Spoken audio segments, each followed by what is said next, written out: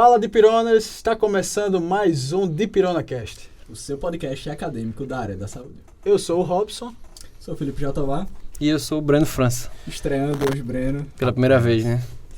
Então, gente, vocês devem estar estranhando um pouquinho essa escalação nova. E essa vai para vocês que acham que time que está ganhando não se mexe. Se mexe muito. E para isso nós temos um tema extremamente importante para a prática médica, que é como interpretar, como ler um artigo. E para isso a gente trouxe um especialista da área. Ele, que é especialista em clínica médica, preceptor das residências da Santa Casa de Misericórdia de Maceió e do HU. Já foi preceptor também do HGE. Hoje em dia é professor da Unimaáfia, do CECIM e é mestrando da Uncisal. Seja muito bem-vindo, professor doutor Luciano Timbó. Obrigado. Para mim é uma honra, o Felipe me chamou, né? E na realidade é um assunto que eu amo, que eu vivo dizendo, cheguei a conversar com o Felipe, eu sou consumidor. Eu adoro artigo científico, ler, consumir, enfim. Então, quando ele me pediu, como é que você lê? Mostra aí. Se eu não me engano, o Felipe viu uma vez eu mostrando para os residentes. Foi com os residentes, foi muito bom. Aí ele disse, rapaz, leve isso aí para lá. E eu aceitei o desafio. Estou aqui para ver se eu consigo ajudar vocês e quem estiver assistindo a ler um artigo científico. Com certeza o pessoal que está assistindo vai se sentir muito bem e vai assistir toda hora do mundo. Isso, e assim, acho que o objetivo de hoje é a gente interpretar aqueles artigos que fazem diferença na prática clínica. Nada de artigo de pesquisa de base, Sim. de especulação, enfim. Mas aqueles trabalhos que realmente a gente pode aplicar. Acho que é isso que mais importa para o médico, né? É aquele trabalho que a gente consegue traduzir para a prática assistencial. Exatamente. E uma das coisas, professor, que eu já ia perguntar para você era como a gente consegue pegar esses artigos, como o Felipe falou, e colocar na prática assistencial. Tá. Essa é uma pergunta interessante. O Felipe tem até me falado antes sobre isso. Bem reflexivo eu fiquei, porque, como eu disse, eu sou muito consumidor, eu gosto de levar para a minha prática e tudo. Mas uma coisa que me deixa sempre fazendo isso é porque a interpretação crítica não é uma interpretação por ler, é uma forma crítica de ver o artigo científico, me deixa livre, me deixa liberto. Eu consigo, na prática clínica, fazer a diferença no que você ter alguém que chegue para você, alguma indústria farmacêutica, seja lá o que for, e diga assim, essa caneca aqui ela é boa para pneumonia, e eu começo a passar essa caneca para todo mundo, esse líquido que está na caneca. Não, eu prefiro fazer o seguinte, tá bom, tem esse líquido que está na caneca, me dê aqui a pesquisa que foi feita, foi realizada, e assim é que a gente consegue levar para nosso dia a dia, entendeu? Se você fizer uma leitura crítica e criteriosa, não é ler por ler. Uma coisa que eu faço logo de cara, quando chega o pessoal da representante de remédio, não sei se já aconteceu com vocês, alguns que tiveram assistindo isso formados, mas chega com o artigo já pronto e fala assim, o que tem nessa caneca tá aqui, leia. Aí quando a pessoa sai, eu deixo lá e desprezo. Porque o viés aqui é muito grande, eu prefiro eu mesmo pesquisar e procurar um artigo que fale sobre esse produto que está aqui dentro da caneca, entendeu? Então, assim, para levar para a prática, a primeira coisa que você tem que fazer é ser crítico. Você vai pegar um artigo que a gente trouxe aqui para fazer o artigo, então quando você toca no artigo, a primeira coisa que você tem que pensar é assim, esse artigo está ruim. Sim. Esse artigo está errado. Tem alguma coisa aqui errado, e aí assim... Senão você vai ler com viés já. Poxa, eu gosto tanto dessa aguinha que está aqui na caneca, isso aqui deve ser bom. Aí eu vou ler o artigo, não dá. Não. Então, para levar para... Que a pergunta é levar para assistência é ler de forma crítica. E assim você vai se libertar. Uma coisa que se diz, muitos pesquisadores eles dizem, é que se você conseguir fazer isso, você consegue se libertar até do próprio especialista. Hoje em dia, se você pegar o que manda na prática, é o ensaio clínico randomizado. Se você pegar um ensaio clínico randomizado bem feito e você interpretar de forma crítica, você consegue discutir, por exemplo, o neurologista vem com um paciente que está convulsionando sem parar e você pega o artigo e você discute com ele que fez a residência, fez clínica médica, fez tantos anos de neuro, você discute de igual para igual. E uma coisa interessante que o senhor falou, que eu percebo muito, até nas redes sociais, é que muitos médicos, hoje em dia, se vendem para várias marcas farmacêuticas, e isso causa até um viés para a população que, na verdade, não deve ser feito, né? Exatamente. Já tinha isso antes, era uma coisa mais mascarada. Hoje em dia, se você abrir Instagram, se você abrir YouTube, tá lá propaganda, o cara fazendo propaganda para tal.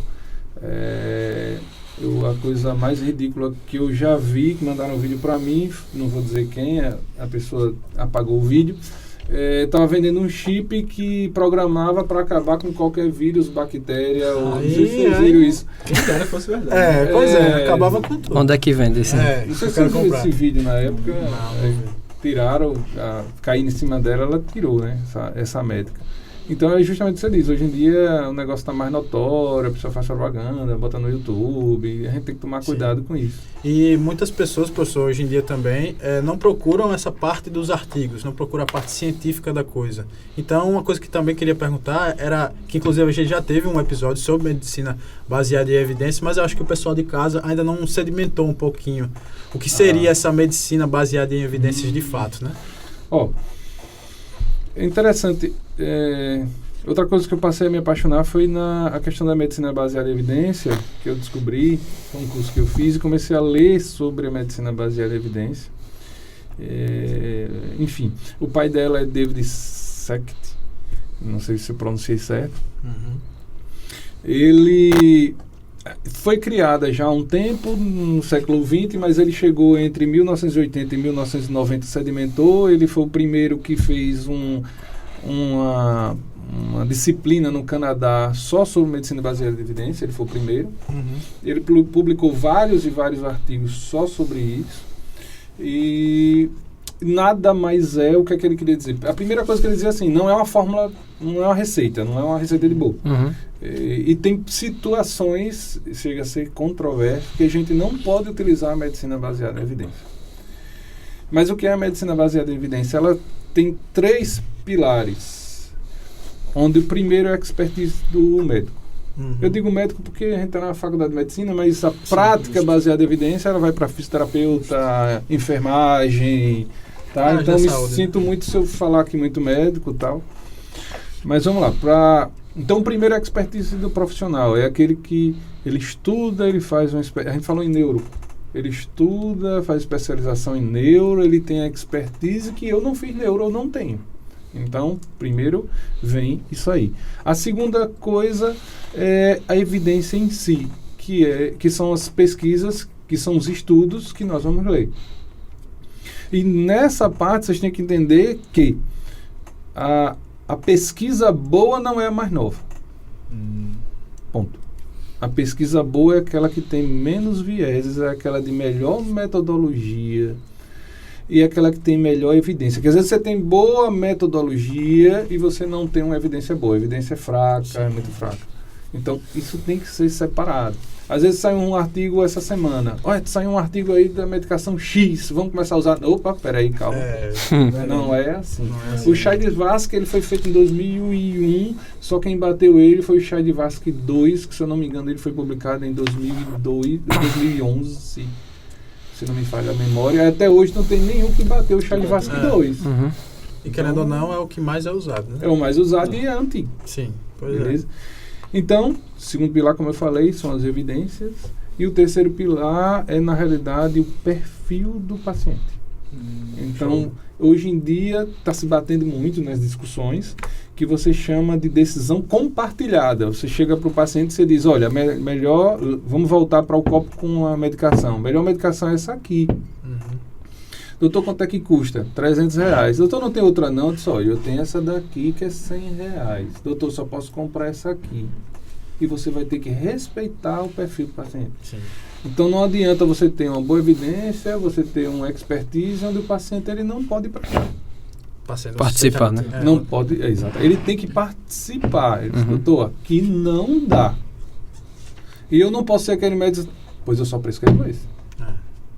Então, se eu saio do meu consultório porque o que eu tenho é isso, aí não pode. Isso aqui não é medicina baseada em evidência. Vai até contra os princípios da própria medicina, né? Você não está fazendo o acolhimento do próprio paciente. Do paciente. Isso. Exatamente.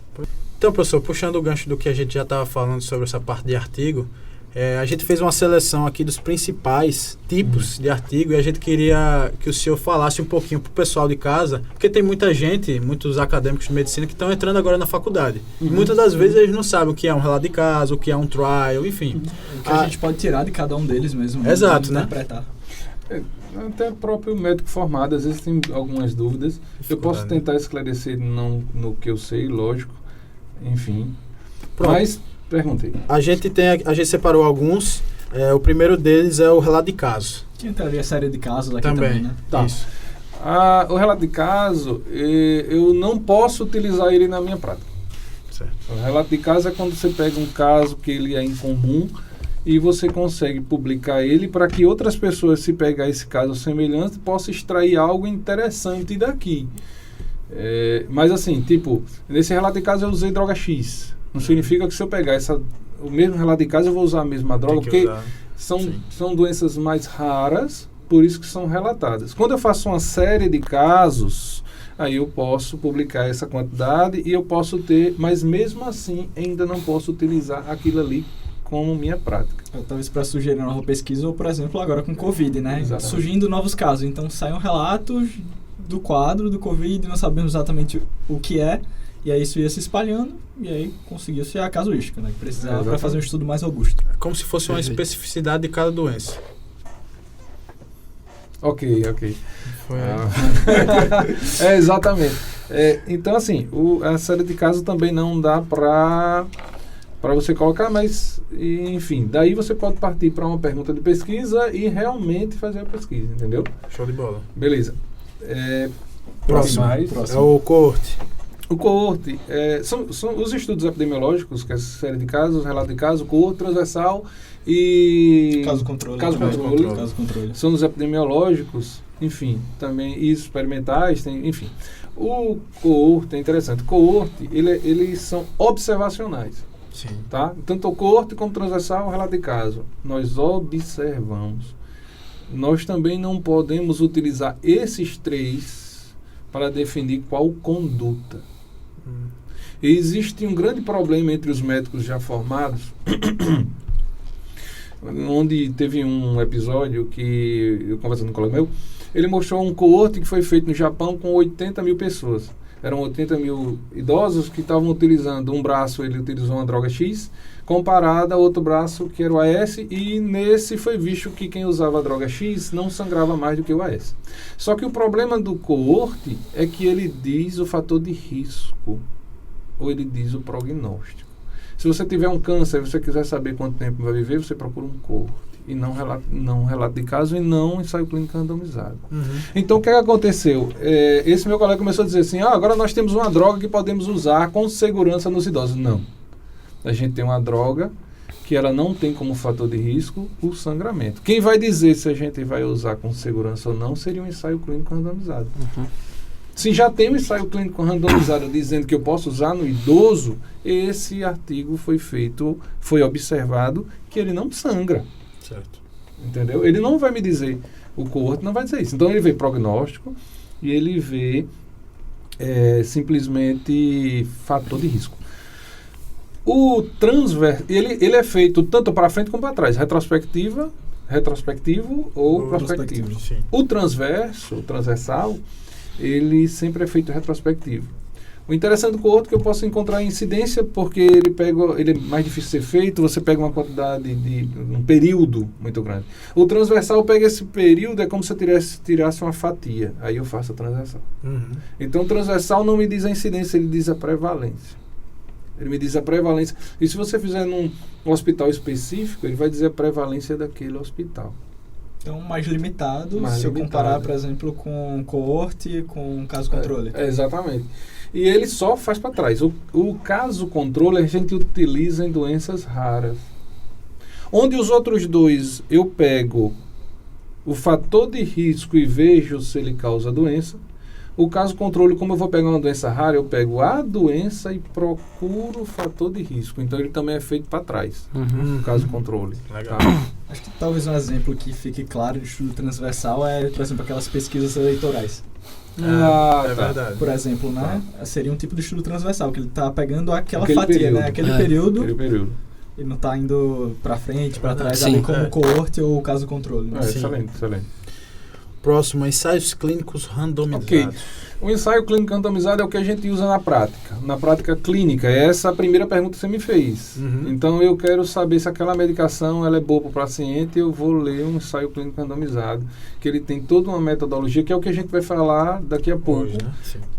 Vai Porque mostrar na prática. Vai mostrar que é o que manda a gente trabalhar, é aquilo ali. Ele pega e realmente aquela droga que foi vista um coorte que ela não sangrava, eu vou para o ensaio clínico randomizado e vejo se ela realmente é boa naquele paciente. Opa, ela é segura, eu posso usar, o fator de risco já foi retirado e tal, entendeu? Um ensaio clínico randomizado que foi feito interessante foi aquele HALT, que é uso do transamino HDA. Onde ele foi visto, Sim. ele pegou 5.340 pacientes, se eu não me engano. É considerado o ensaio clínico que eles chamam de nível 2, onde abaixo de 1.000 é nível 3. Então ele pegou esses 5.000 e tudo, e ele viu o seguinte: se eu der placebo e se eu dar transamin para o paciente que está com HDA, é a mesma coisa. Perfeito. Entendeu? Então, na minha prática, eu tenho que usar o HALT para ver se eu vou entrar ou não com transamin, nome comercial, mas ácido tranexâmico, no paciente que está vomitando sangue. É até mesmo contraditório com aquele estudo CRASH 2, né? Que falava do uso do transamin no trauma. Do trauma, acostumado. Não chega a ser contraditório porque é o seguinte: um estudou uma amostra e o outro estudou outra amostra. Entendeu? Então, um randomizou, selecionou, tem um power, tem um número para uma determinada patologia e o outro para outra. Agora, se você dissesse assim, olha, tem um estudo para HDA que diz que sim, tem um estudo que diz que não, aí é contraditório, porque os dois estudaram a mesma amostra. Sim, perfeito. Entendeu? Existe até, eu estou lendo saiu em 2005, eu peguei um ponto de vista. Quando vocês forem ler ponto de vista, o interessante é você saber quem escreveu, tá? Porque só vale a pena se o cara for bom. Se o cara for bom. Então, o ponto de vista que ele dizia o seguinte: quando você tem muita gente fazendo aquela pesquisa, tipo assim, HDA, uso do ácido tranexâmico, em outros locais, em outros países, isso é interessante, porque você vai ver se repetindo os resultados e você vê que o resultado está certo. Eu vou me acostumar. Aí é interessante. Sim. Aí a pesquisa é bem feita. Agora, quando você pega um único local que você faz aquilo, aí você suspeita se aquilo ali eu vou usar ou não, entendeu? Eu estou falando muito, né? Mas aí o ensaio clínico randomizado é o que o médico, que o enfermeiro, que o fisioterapeuta tem que utilizar na sua prática. Então, é até importante se eu falar isso, que me veio uma dúvida quanto a isso, porque você falando isso, então você disse que é difícil você pegar só um ensaio clínico randomizado para utilizar como referência, né? No caso, eu teria que ver vários ali para poder tomar uma conduta. Adorei, você vai de chocolate ele dá. Veja só, o que é que você faz? Você pega revisões sistemáticas, que eu acho que era a próxima pergunta que ele ia fazer. Perfeito. A revisão sistemática, se ela for bem feita, ela faz... Uma das coisas que ela faz é tipo assim: eu vou sistematizar só ensaios clínicos randomizados. Perfeito. É excelente. O ensaio clínico randomizado é bom, mas se você pegar uma revisão sistemática com 11 ensaios clínicos, ela é melhor. Perfeito. Ela faz um compilado, ela faz um resumo daqueles 11. Então, em vez de eu ler um só, tá tudo ali, né? Tá tudo ali. Aí eu vou para revisão sistemática e com revisão sistemática de trial vai mandar na minha prática. Perfeito. Porque existe revisão sistemática de coorte, existe revisão sistemática de caso clínico, enfim. Quando você pega uma revisão sistemática que ele mistura muito, que a gente chama de heterogeneidade, ou você olha lá, em vez de ser 11 trials, você tem 2 coorte, 2 transversal, 2 trial, você já desconfia. Existe um cálculo da gente tirar a heterogeneidade também, que a gente chama de sensibilidade da amostra. Você vai lá e calcula. Então você não olha o número cru, você vai para a sensibilidade. Beleza? Mas isso aí que você falou é excelente. Você pega o resumo de tudo no ensaio clínico randomizado. E tem o meta-análise. Meta-análise. Nesse contexto, né? Onde é que entra a meta-análise? A meta-análise, ele pega isso aí que eu acabei de falar e ele compara. Ele mostra números. Ele compara um ensaio clínico com outro ensaio clínico e diz assim, ó, isso é bom, isso é ruim, vamos ver aqui. E depois ele pega todos, vê para onde está tendenciando aquele resultado. Perfeito. Faz uma análise estatística. Basicamente. Uma inferência em relação àquilo ali. Sim. Então você pega um resumo, excelente. Se você pegar a meta-análise, vai ter o resumo mais o cálculo, que aí fica mais fidedigno de você trabalhar, entendeu? Certo. E assim, a gente falou muito que o ensaio clínico randomizado é esse pilar da prática. Qual é a magia do ensaio clínico randomizado? O que é que ele faz diferente dos estudos observacionais? Tá. O ensaio clínico randomizado, ele manda, na realidade. O ensaio clínico randomizado, ele consegue colocar, ele randomiza de forma aleatória pessoas entre, às vezes tem 2, 3, 4 braços, e com isso ele consegue controlar as variáveis. Perfeito. No estudo de coorte, quando eu falei aquele da medicação que não sangrava, 80 mil pacientes. Só que desses 80 mil, será que os 80 mil não tinha uma porcentagem grande que estava fazendo dieta? Sim. Será que não tem uma porcentagem grande que estava fazendo academia, musculação, ciclismo? No ensaio clínico randomizado, não. Eu vou colocar a mesma quantidade no controle que faz dieta na intervenção. A mesma quantidade que faz academia, eu boto na intervenção. É meio que uma magia de um anular o outro. E no final, o que fosse acontecer tanto para quem faz a dieta como quem não faz a dieta. Aí você consegue. Por isso que o de coorte a gente não pode utilizar na prática, porque as variáveis, elas são muito dispersas. Sim. Entendeu? Eu fiz aqui, o cara mora no bairro A e o outro no bairro B. Até isso pode influenciar. Uhum. Entendeu? E outra questão, assim, a gente consegue tentar corrigir isso no coorte, por exemplo, mas tem fatores que eu não consigo prever, né? Tem coisas que a gente nem descobriu ainda. Então, por exemplo, alguma influência genética que a gente vai descobrir daqui a 50, daqui a 100 anos. Eu não tenho como saber disso. Então, até esse viés entra. Aí, por exemplo, esse estudo da medicação, do AS contra a outra medicação.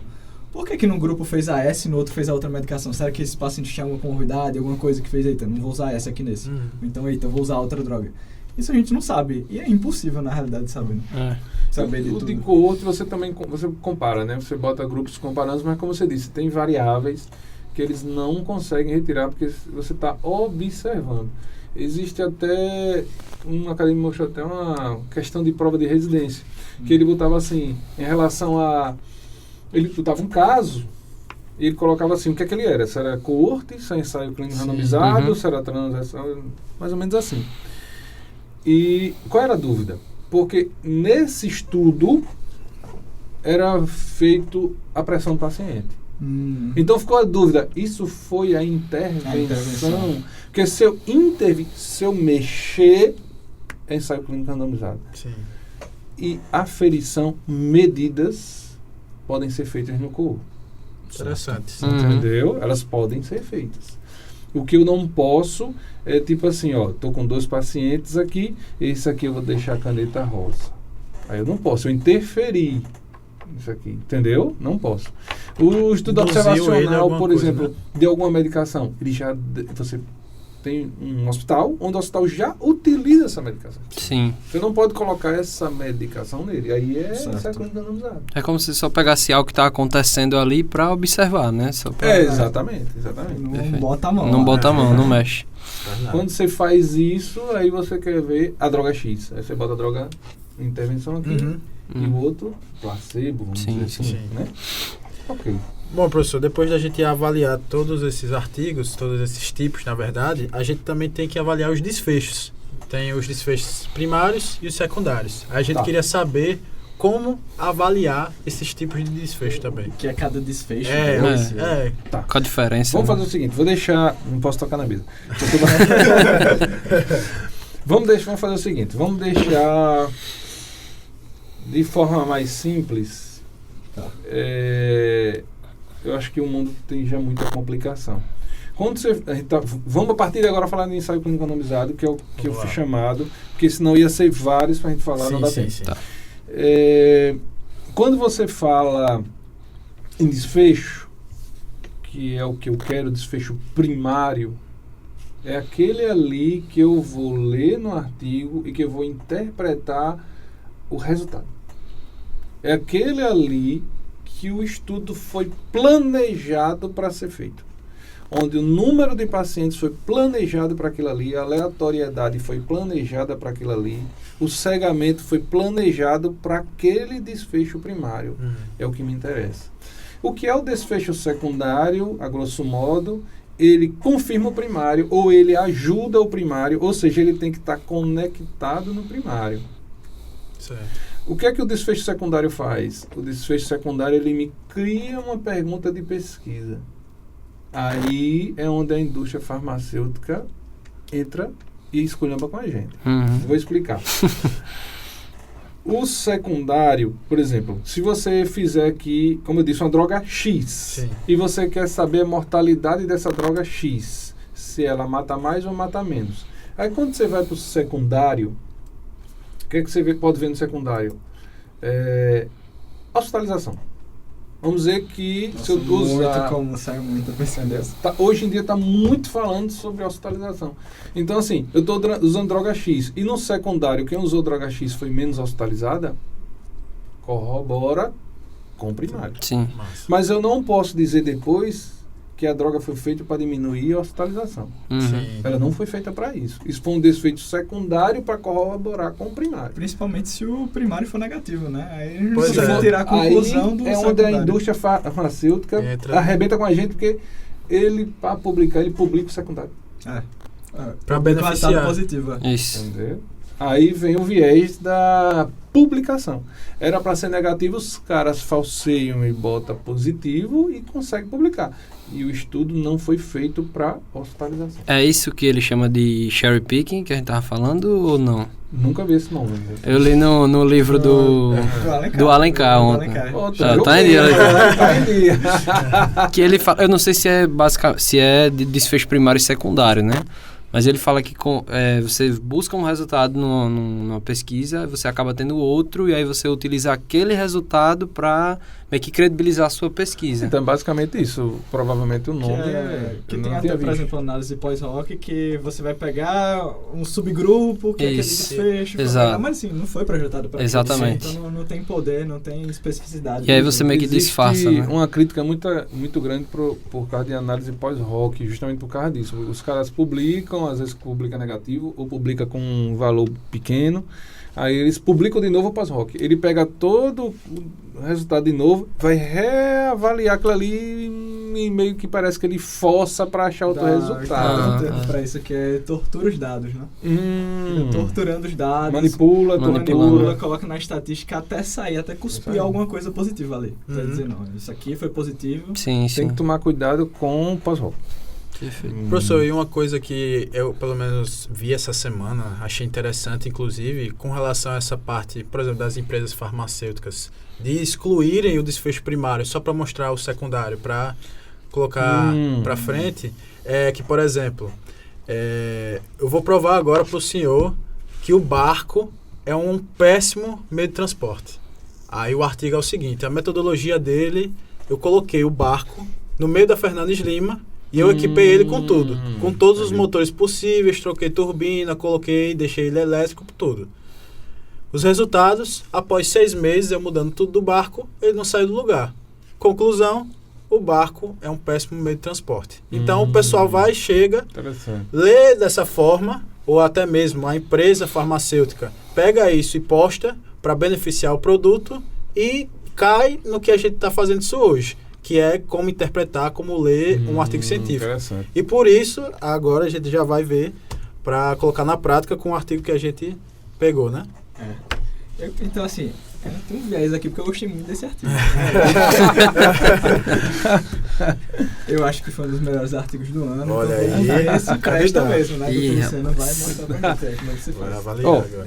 quando vocês me pediram, né, o Felipe sugeriu esse artigo, que é da hidrocortisona, né? Sim. O uso da hidrocortisona no paciente com pneumonia grave. tá? Ele foi muito comentado, está sendo muito comentado, existe... Ele mesmo, dentro dele, ele fala que existem vários trabalhos controversos, onde uns dizem que se usa e melhora o desfecho, outros dizendo que não. Então, ele decidiu provar que sim ou que não. Quando um pesquisador ele faz a pesquisa, o objetivo dele é encontrar a hipótese nula. É isso mesmo. Pouca gente sabe disso, mas um pesquisador de respeito, ele vai atrás de um não. Então, assim, professor, o pessoal que está assistindo a gente está olhando para o senhor, está falando o que é hipótese nula. Ok. Eu vou chegar lá. O pessoal está aqui, Mas assim, vou dizer a coisa. Tem a hipótese nula e a hipótese alternativa, onde a hipótese nula eu dizer assim, tipo, por exemplo, essa medicação aqui, ela não funciona. E a hipótese alternativa é que a medicação vai melhorar a mortalidade do paciente. O pesquisador, para sair do viés, ele tem que provar que é nulo. Então, ele faz o trabalho inteiro querendo provar que é nulo. Se ele falhar, ele encontra a hipótese alternativa. Primeiro ponto é esse. Beleza? A gente, para olhar, a gente tem que olhar que isso aqui é falso. Sim. A gente tem que olhar cético, com dúvida, porque esse artigo não presta. Aí daí é que começa. Quando isso aqui cai na sua mão, aí você diz, olha, caiu, eu vou ter que ler de forma crítica. Lá na residência da Santa Casa, o pessoal da UTI, que a gente tem um grupo de estudo, então eu falo com os meninos e tudo, eu sou muito bonzinho com eles. E eu digo muito a eles o seguinte, eles têm que criar um pensamento crítico. Sim. Lembra da liberdade que eu falei no começo? Sim. Vamos aprender agora. Peguem o artigo aí, que está na mão de vocês. Eu vou explicar mais ou menos como é que a gente vai fazer, tá? A gente vai usar os critérios de Pedro. Os critérios de Pedro é o seguinte, existe um banco de dados chamado Pedro da Austrália, onde ele começou a colocar as pesquisas da fisioterapia. E para poder colocar o ensaio clínico randomizado, ele criou o Score de Pedro, que são 11 critérios que a gente vai ver aqui. Show. Melhor do que ele ou equiparado a ele seria os critérios de Cochrane. Só que os de Pedro eles já foram validados para o Brasil. A pesquisa que validou foi recente, foi em 2011. Foi uma dissertação de mestrado do cara, não me lembro se foi em Minas Gerais, alguma coisa assim. Ele validou, ele transformou em português. Então a gente pode utilizar. Você pode utilizar não só para fisioterapia, você pode utilizar para todas as áreas. É o que a gente vai dizer. O que é que ele me diz? Ele me diz que o artigo tem uma boa metodologia. Então o que é que a gente vai primeiro saber? Se ele tem uma boa... Se não tiver, joga no lixo. É assim que a gente lê 4, 5 artigos por dia. Você vê a metodologia não presta, lixo. Pega outro, lixo. Pega outro. Você leu quantos hoje? Já li 5, agora tá tudo aqui no lixo. É bom que já facilita o trabalho, não precisa... Exatamente. 99% das pesquisas hoje são lixo. Vocês falaram em indústria farmacêutica, eu queria até... Eu tenho um outro, foi de 2019, que os caras publicaram, eu achei bem interessante, que eles falam o seguinte, que medicina baseada em evidência é mentira. Oxi. Mas vou explicar por quê, antes da gente começar. Ele quis dizer que a indústria farmacêutica atualmente está financiando a medicina baseada em evidência. Então elas estão fabricando. Faz Então, sentido. Cuidado quando vocês forem ler. Certo. Tá? Então é um artigo que ele publicou só dizendo que medicina baseada em evidência é mentira. Legal. Tá? Professor, o senhor falou, antes da gente, o senhor falou isso de selecionar os artigos, né? Eu tinha até anotado justamente essa pergunta de como selecionar. Eu pensando como uma pessoa, vamos supor que acabou de entrar na faculdade. Excelente. E ela precisa, né? Entendi sua pergunta. Ó, Esse método Pedro é um bom... Vê só. Primeiro selecionar para depois a gente chegar no Pedro. Como é que se seleciona uma pesquisa? Eu vou dizer outra coisa, outro mito que eu acho que vai derrubar vocês. Deixa a gente Se preparar. prepara aí. Respira aí. Tem café ainda, tem. Ó, levaram minha na caneca. faculdade, por favor, não leiam artigos científicos. Vou explicar por quê. Vocês querem... Calma. Vamos acabar o episódio. Né? Calma. Vocês querem passar na residência? Com certeza. Vocês vão ter que ler, estudar para fazer prova de residência. E muitas vezes a prova de residência, por exemplo, isso aqui não vai cair na prova de residência. A gente, quando pega no livro, ele tem um atraso de 5 anos. A gente vai ter que estudar pelo livro. É verdade. Então, cuidado. Quem gosta de consumir, agora não fique ávido só lendo isso. Chega hoje, vamos usar isso aqui e tal. Não, peraí. O que é que tem no livro? O que é que o professor está falando? O que é que vai cair na prova? Que eu vou fazer a prova de residência. Entendi. Eu já disse isso pro Felipe. O Felipe, acho que esqueceu, depois eu dou nele. Estudem para vocês se especializarem e não ficarem sendo médicos de Instagram. Então, basicamente, a dica pro pessoal que está iniciando na faculdade, foca no livro, terminou a faculdade, aí cai... Entra na residência, essa semana eu disse uma frase até, a professora gosta, eu amo muito a professora Fátima Lessa, ela disse, meu Deus, nunca vi uma frase dela. Não existe residência sem evidência. Faz sentido. Perfeito. Se você entrar numa residência médica, onde o cara só está fazendo feijão com arroz, mandando você cuidar do paciente, você está sendo escravo e você não está aprendendo. Tocando serviço. Cadê a reunião científica? Cadê? Perfeito. Então vamos lá. Primeira coisa, como é que você faz para selecionar um artigo? Pelo título. Certo. Ele vai cair na sua mão, você olha logo o título. Não gostou do título, despreza. Se tiver um acrônimo legal, eu pego assim, né? Ótimo. Ótimo. E assim, às vezes você gosta, ele gosta de cardio. Eu vou pegar os de cardio. Esse aqui vou selecionar, gostei do título e tal. É bom, às vezes, quando o título já tem assim, 2 pontos, ensaio clínico randomizado, 2 pontos. Curte, que aí eu já sei que eu vou ler um curto. Existem 88 checklists. Um deles é o Pedro. Então existe checklist para curte, transversal, caso, entendeu? Então quando você pega o curte, eu não vou usar o Pedro.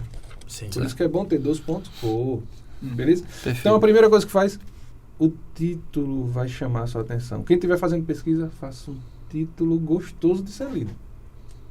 Entendeu? Show de bola. Então, hidrocortisona em pneumonia de cria da comunidade é uma coisa que tem sido estudada há muito tempo. Então, você bate o olho, cai na internet, porque eu quero ler. Opa, já interessa, né? Beleza?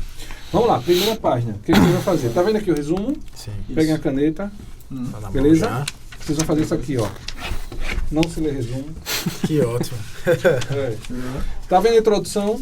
Na introdução a gente só lê o último parágrafo. Então, não se lê nada da introdução. Metodologia, vê tudo. Pior coisa que tem pra mim é melhor.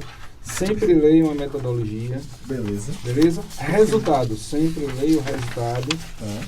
Beleza? Discussão. Vamos pra discussão. Abrir a discussão aí. Sim. Vamos à discussão. Pega a caneta. Não se lê discussão. Não se lê discussão. Excelente. Beleza? Então, na conclusão aí. Estamos chegando. Já passei. Felipe tá adiantado. Passei já. Conclusão. Último parágrafo. Aqui já exclui também. Último parágrafo. Chegou na conclusão. Risca a conclusão. Para você ter um pensamento crítico, não pode ver esses momentos. Na conclusão existe uma coisa chamada spin. Esse spin se chama torção, é quando a indústria farmacêutica ela torce a pesquisa e publica. Então não se lê conclusão na pesquisa. Que cai até no que eu falei do exemplo do barco, né? Exatamente. Que aí eles pegam, quando ele colocam na no manchete, é aquilo ali que eles postam. Não é o bom transporte. Mas onde foi que ele botou o barco?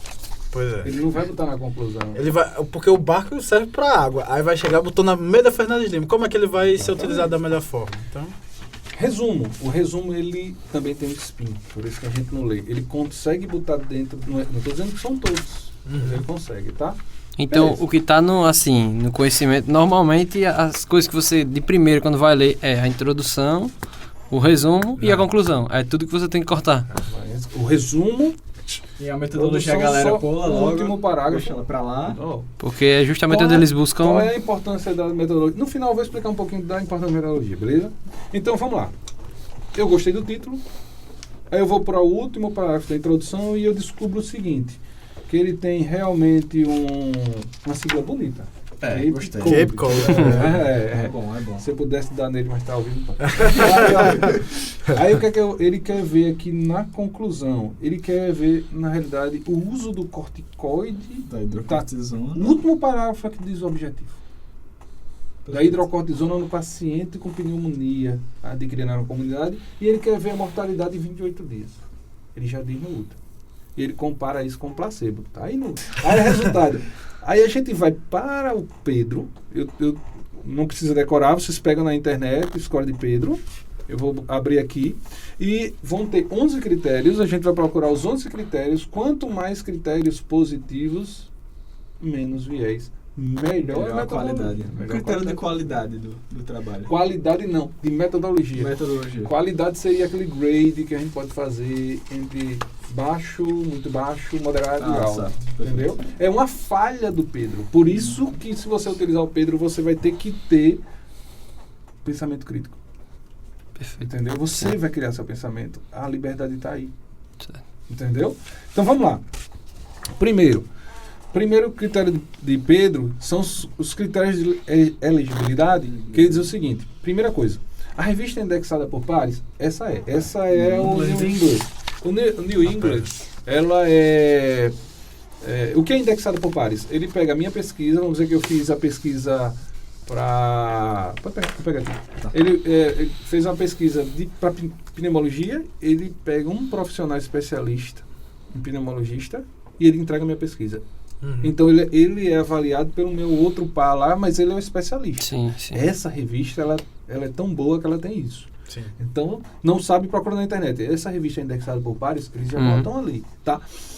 Ele também diz assim, compara entre os dois grupos, aqui compara. Então, aqui compara porque ele pega um placebo e compara com a terapia. Sim. Então, se você for para o primeiro de Pedro, vou só botar aqui, primeiro, ok. Ele é ok, tá bom? Eu sei porque eu já vi, que na realidade seria no título, um pouquinho aqui na metodologia, ele já disse que compara. Segundo, os indivíduos são alocados aleatoriamente. Como é isso? Eu não posso fazer. Então, pode ser por computador, pode ser por... A cada terceiro que entra no meu consultório, eu vou colocar ele no braço direito, no braço esquerdo. Eu não posso interferir. Nesse nosso estudo, eu coloquei aqui, eu já grifei para vocês darem uma olhada. Parte aqui, excelente. Através de computador. 2, ok. Ele coloca de 1 para 1 os grupos, né? Ele também bateu 2. Distribuição foi cega. Aí como é a distribuição? Tu vai pro braço tal, mas aí eu vou dar um pacote, eu vou dar uma coisa selada, ele não pode ver, eu não posso ver. E ele fez realmente isso, ele botou um pacote. Se você olhar aqui em cima, onde você achou, em cima... idênticos de placebo e... Exatamente. Bateu também essa do Pedro. Vamos lá. A distribuição foi semelhante. Onde é que eu olho a distribuição?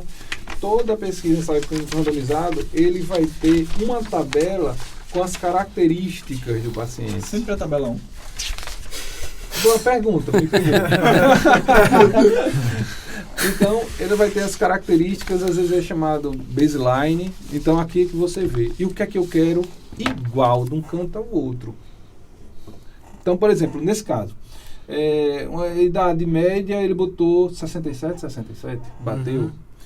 Vamos aqui mais para baixo, que eu achei interessante, DPOC. Ele botou, quem vai usar hidrocortisona, 86. E quem não vai, o placebo, 105. Então eu fiquei refletindo em casa e disse, poxa, mas aí existe uma diferença. Mas olha como a gente tem que ser crítico. Se ele colocasse todo mundo de DPOC, quem usa hidrocortisona, ia ser um viés de seleção. Por quê? Porque o corticóide ajuda o DPOC. Sim. E o cara foi tão bom que ele botou mais gente no placebo. Então, meio que ele forçou para ele perder. Interessante. Não é interessante? Então, nesse caso não está igual, mas eu pontuei como sim, foi bom. Quando você vai olhar os outros praticamente todos batem. Ó. Asma, 22, 17. Diabetes, 95, 86. Deu uma mais para cá, para a hidrocortisona. E a hidrocortisona também faz mais distúrbio de glicemia. A gente tem que tomar cuidado na hora de criticar. Certo. Tinha mais diabético lá. Beleza? E assim você vai ver. Ele bateu o 4. Eu vou botar como ok. Eu olhei assim, como aqui é um pouquinho mais rápido. Sim. Bora lá. Beleza? Sim. Vamos para o 5. Os participantes foram cegos. Eles não sabem qual o tratamento que receber. Não que eles recebiam um pacote. Eles não sabiam o que estava ali. Inclusive o médico também não sabia. Ele recebia aquele pacote, ele não sabia se aquilo ali era o placebo ou se era hidrocortisona. Sim. Então os participantes foram cegos. Se você voltar um pouquinho aqui na metodologia, logo no início ele bota assim... Duplo cego. Né? Duplo cego. Ele cegou tanto o paciente, como ele cegou o profissional que estava aplicando o negócio. Então, assim, perfeito. o 5 Bateu aqui também. Bateu. Ok. Os participantes foram cegados, os pesquisadores foram cegados. Foi Então ele bateu o cego, 5 e o 6. Só aqui. Beleza? O 7. O segmento que se chama follow-up.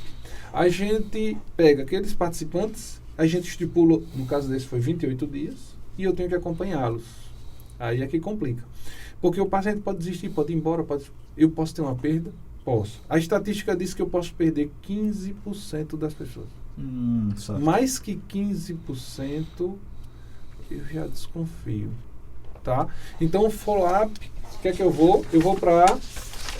Tá vendo essa tabela? Essa tabela aqui, gente, que tem... Ó, Sim. Essa aqui, né? tá? Então, no final, ele diz quanto perdeu. E se você ver aí, no braço da... Eu sei que ele perdeu só 2. Certo. Do placebo. Foi do placebo. Quando você vai calcular, 2 não dá 15%. Então, o follow-up, que é o 7º, ele bateu também. Ok. Ele conseguiu acompanhar. Como é que eu acompanho? Ligando, indo atrás. Por que você não veio? Vamos voltar.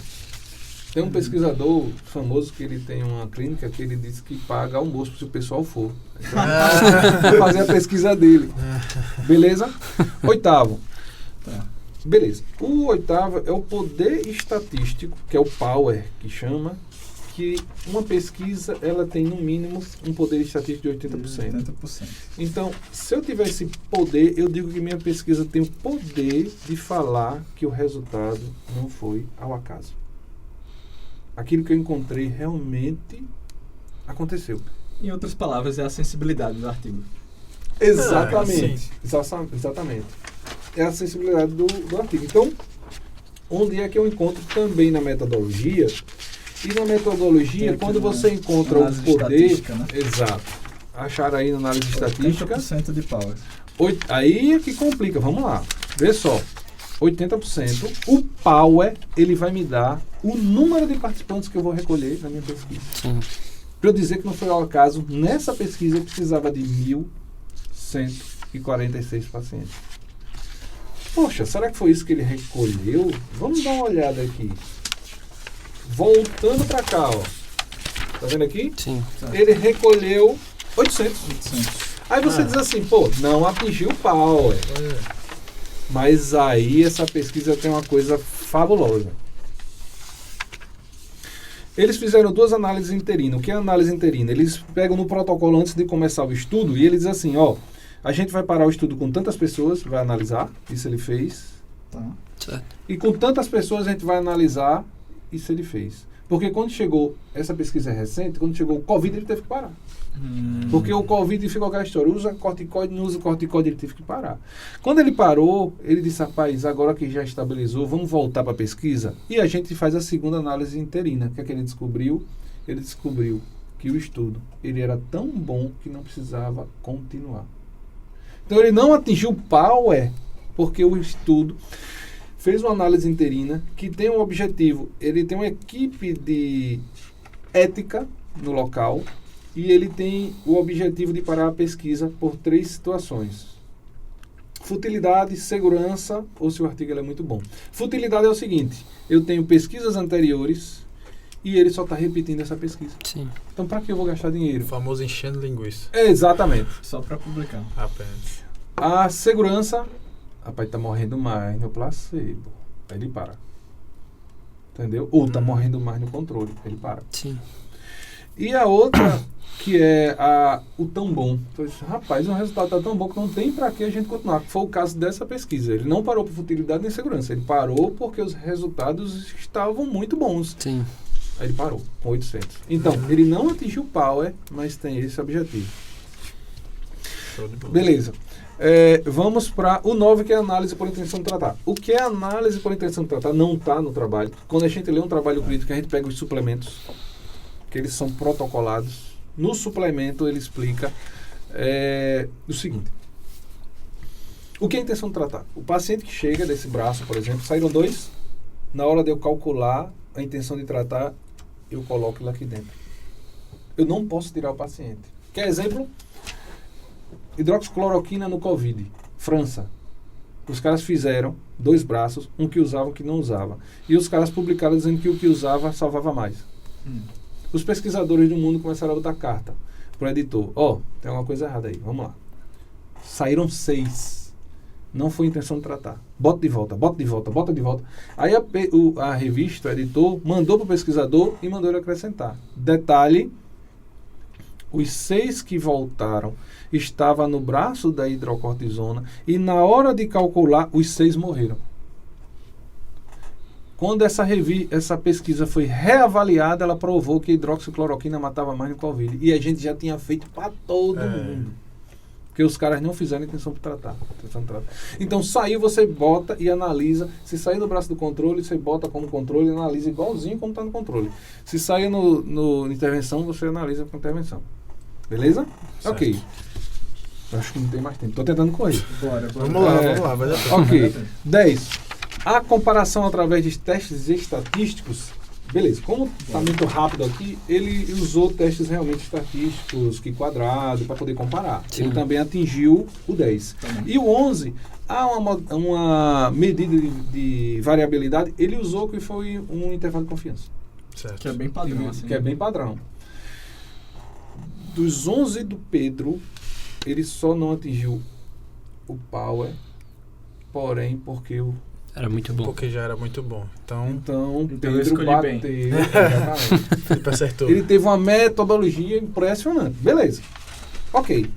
Vamos para a segunda fase para poder terminar e ler o artigo. Vamos Beleza. lá. Vamos para o desfecho primário que fica nessa tabela aqui. Tabela 2. Tabela 2. Então depois, no podcast, se ele está esse artigo, pessoal. Pelo menos Pronto, o a gente nome. coloca na Pelo menos descrição. o nome. Código, A gente comprou o artigo, tá? Aí vocês comprem também. Sem conflito de interesse. Não, vem. Então, agora a gente vai ler o artigo. Show. Pronto. Agora a gente vai ler o artigo. Tá vendo aqui desfecho primário? Sim. A gente vai ler de trás para frente. Tá. Então, Nunca. Vamos primeiro pro valor P. que nem um mangá, a gente Tá. começa na direita. Exatamente. Beleza. Aí. Então veja só, o valor P. O valor P ele está abaixo de 5% que eles estipularam, se eu não me engano, de 5% no artigo. Foi Ele 5%. disse que quando você vê isso aí, você diz que existe uma diferença estatisticamente significante. Certo. Tem uma diferença entre o placebo e o controle. Agora a gente vai ler o contrário. Eu vou perguntar a vocês, vocês vão olhar agora e vamos dizer o seguinte. Dessa diferença, quem ganhou? A hidrocortisona ou o placebo? Olha os números que estão aí, entre parênteses, que é a porcentagem. O hidrocortisona é 6,2% e o placebo 11,9%. Quem ganhou? A hidrocortisona, que é mortalidade. Não, quem ganhou, quem tem o maior número? O placebo. Placebo. O placebo ganhou. Agora vamos voltar para trás. Ele ganhou o quê? Matando mais. É assim que se lê, um resultado beleza. primário. Você vai de trás para frente, vê quem ganhou e depois você procura saber o que é que ele ganhou. Vamos para o secundário. Interessante. Secundário, eu já disse a vocês, ele corrobora. O secundário, ele cria uma pergunta de pesquisa e você pode se dar o luxo de não ler o secundário. Certo. Acabou. Vamos para outra pesquisa? Aí a gente já lê uma pesquisa. Excelente. Entendeu como é que Um vai? objetivo, né, realmente, pro pessoal. Agora, veja só. Esse aqui que ele me deu é o uso contínuo do Meronê. Doutor Luciano, a gente vai ter que chamar o senhor pra gravar outro dia. A parte 2. Parte A 2. Porque eu acho Quer que que... eu fale sobre isso rapidinho? A gente faz o corte, pode ser? Pode. A gente faz o corte. porque senão vão deixar a O gente pessoal trancado ali aqui. tá brigando com a gente, tá? Vamos fazer o seguinte, então. Diga aí. Uma dica final pro pessoal que está entrando na faculdade agora e tem um pouco de dificuldade de se manter atualizado, até mesmo para os médicos que se formam e, querendo ou não, é uma vertente muito comum no médico, no meio acadêmico, né? Hoje em dia, com a rede social, a gente, na minha época não era assim, a gente comprava um artigo, ele chegava, às vezes passava 2-3 meses para chegar, quando você viu que o artigo não prestava. Então, hoje em dia, com a rede social, minha gente, tem grupos que falam sobre os artigos, tem um grupo do Instagram que é de emergência que eu participo, tem outro de UTI que eu participo, os caras jogam muito artigo lá, olha, saiu um artigo novo assim, opa. Sim. Tem o Jama. Jama é aquela revista Jama, se você pode se inscrever, é gratuito, ela fica jogando no seu e-mail os artigos. Ela tem uma quantidade que você pode baixar gratuita, se eu não me engano, são 3 artigos por mês. Legal. Então, como é que você seleciona aquilo que você me perguntou? Você vai pelo título. Pô, gostei do título, vou baixar isso aqui que é de graça. Perfeito. E assim você vai se atualizando. Sim. Quando você está na sua vida prática e você pega, por exemplo, houve um surto de meningite. Certo. Teoricamente, você já se formou, você já sabe o que é meningite, você já está tratando meningite, você vai procurar, ou minha gente falando de médico, o PubMed. Certo. Você bota lá e vai pesquisar o que tem de interessante, de metodologia legal sobre a meningite. Perfeito. Essas bases de dados, como por exemplo Medscape, UpToDate, interessante pra gente? UpToDate, veja só, o interessante do UpToDate, ele se mantém atualizado a cada 3 meses, ele atualiza um assunto. Certo. Beleza. Só que cuidado com o UpToDate, porque o UpToDate, ele não é erro dele. Quando você escreve alguma coisa, para não ter plágio, você tem que escrever conforme o seu pensamento crítico. Sim. Tá? Então, o que é que eu sugiro? Você pega um assunto, por exemplo, hoje lá na central de simulação do CECIM foi angina de Ludwig. Aí você pega o assunto, aí você vai ler no UpToDate. Chega lá no UpToDate e diz assim, o tratamento é tal. Ele dá a referência. Legal. Você baixa aquela referência e você vê se ele está falando a verdade.